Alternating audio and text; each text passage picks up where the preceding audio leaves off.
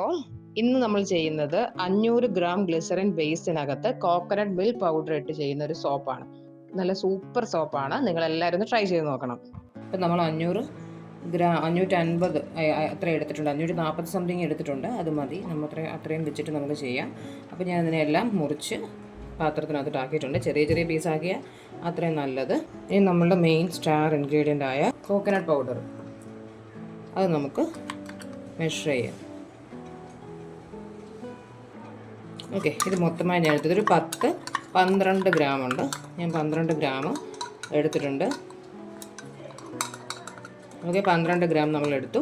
ഇനി ഇതിനകത്ത് നമുക്ക് കുറച്ചും കൂടെ ആഡ് ചെയ്യാനുണ്ട്. ഞാനിത് ഡബിൾ ബോയിൽ ചെയ്യുന്നത് കാണിക്കുന്നില്ല, അതെല്ലാവർക്കും അറിയാവുന്നതല്ലേ. ഡബിൾ ബോയിൽ ഞാൻ മെൽട്ടാക്കാൻ വെച്ചിരിക്കുകയാണ്. അപ്പോൾ ആ ടൈമിലാണ് നമ്മൾ ഇത് പ്രിപ്പയർ ചെയ്യുന്നത്. ഈ ടൈമിൽ ഇത് ഏറ്റവും നല്ല ഒരു സോപ്പാണ് നമ്മൾ മേക്ക് ചെയ്യുന്നത്. കോക്കനട്ടിൻ്റെ എല്ലാ ഗുണങ്ങളും, നമ്മൾ പാൽ യൂസ് ചെയ്യാറില്ല, അതുകൊണ്ടാണ് നമ്മൾ കോക്കനട്ട് മിൽക്ക് യൂസ് ചെയ്യാറില്ല. അപ്പോൾ ഞാനിതിനകത്ത് യൂസ് ചെയ്യുന്നത് തേനിൻ്റെ ഗുണങ്ങളെല്ലാം അറിയാം. സ്കിന്നിൽ നമുക്ക് തേൻ നമ്മൾ യൂസ് ചെയ്യുമ്പോൾ സ്കിന്നിലുണ്ടാകുന്ന ഗുണങ്ങളും നമ്മളുടെ മോയ്സ്ചറൈസിങ്ങിനൊക്കെ എല്ലാം തേൻ നല്ലൊരു ഇൻഗ്രീഡിയൻ്റ് ആണ്. അപ്പോൾ നമ്മൾ തേനും ആഡ് ചെയ്തു. എന്നിട്ട് നന്നായിട്ടൊന്ന് മിക്സ് ചെയ്യാം. ഈ സോപ്പ് നമുക്ക് ക്ലെൻസിങ്ങിനും ഒക്കെ ഒരുപാട് ഗുണം ചെയ്യും. അപ്പോൾ എല്ലാവരും ഇതൊന്ന് ട്രൈ ചെയ്ത് നോക്കണം. നമുക്കിത് പേസ്റ്റ് പോലെ ആക്കണം. ഇനി ഞാൻ ആഡ് ചെയ്യുന്നത് ആ തേനിൻ്റെ കൂടെ കുറച്ച് ആൽമണ്ട് ഓയിലും കൂടെയാണ്. നമുക്കിത് പേസ്റ്റ് രീതിയിലാക്കാൻ വേണ്ടിയുള്ള ഒരു ഇതാണ് നമ്മൾ യൂസ് ചെയ്യുന്നത്. അപ്പോൾ നമ്മൾ ആൽമണ്ട് ഓയിൽ, ഹണി, പിന്നെ നമ്മൾ എന്താ ആഡ് ചെയ്തിരിക്കുന്നത്, നമ്മുടെ കോക്കനട്ട് പൗഡർ, ഇതെല്ലാം കൂടെ നമുക്ക് മിക്സ് ചെയ്ത് ഒരു പേസ്റ്റ് ആക്കണം. ഇനി നമുക്ക് കുറച്ച് ഗ്ലിസറിനും കൂടി ഒഴിക്കാം. അപ്പോൾ ഇത് ഹണി ഒഴിക്കുന്നതുകൊണ്ട് ഓൾറെഡി പേസ്റ്റ് പോലെ ആവും.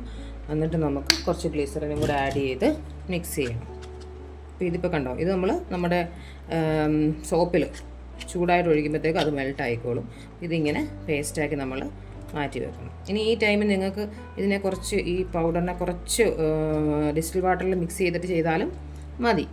ഇതിപ്പോൾ ഹണിയുടെ ഒരു തിക്നെസ്സിലാണ് ഇതിങ്ങനെ ഇരിക്കുന്നത്.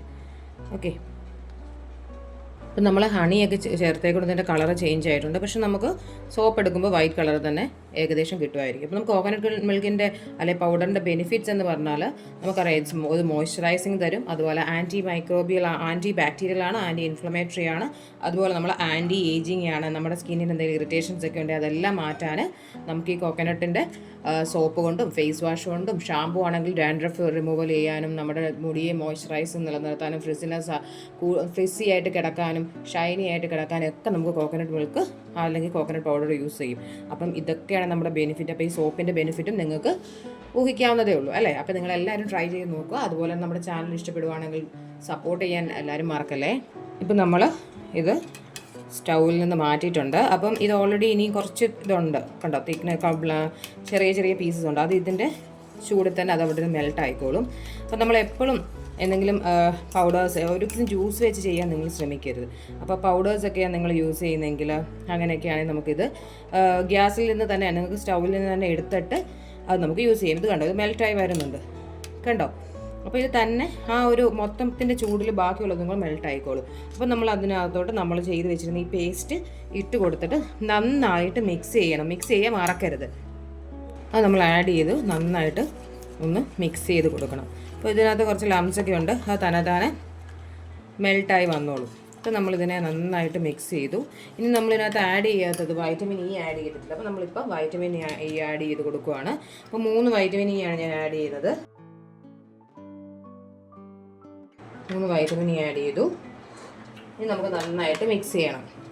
ഇനി നമ്മൾ ചേർക്കുന്നത് എസെൻഷ്യൽ ഓയിലാണ് ചേർക്കുന്നത്.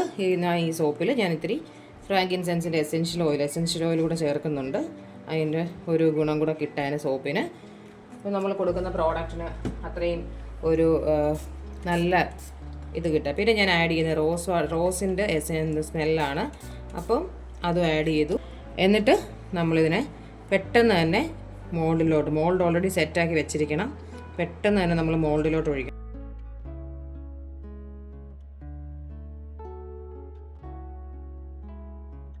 അപ്പോൾ ഇപ്പം നമ്മൾ ഒഴിച്ച് വെച്ചിട്ടുണ്ട്. ഇനി ഒരു 2 hours കഴിയുമ്പോഴത്തേക്കും നമുക്കിതിനെ നോക്കാം. നമ്മുടെ സോപ്പെല്ലാം സെറ്റായിട്ടുണ്ട്.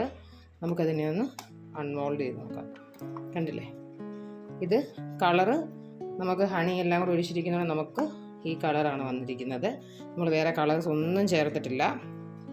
അപ്പം കോക്കനട്ടിൻ്റെ പൗഡർ വെച്ച് നമ്മൾ ചെയ്തിരിക്കുന്ന പിയേഴ്സ് സോപ്പിൻ്റെ അതേ രീതിയിലുള്ള സോപ്പാണ് നമ്മൾ എടുത്തിരിക്കുന്നത്.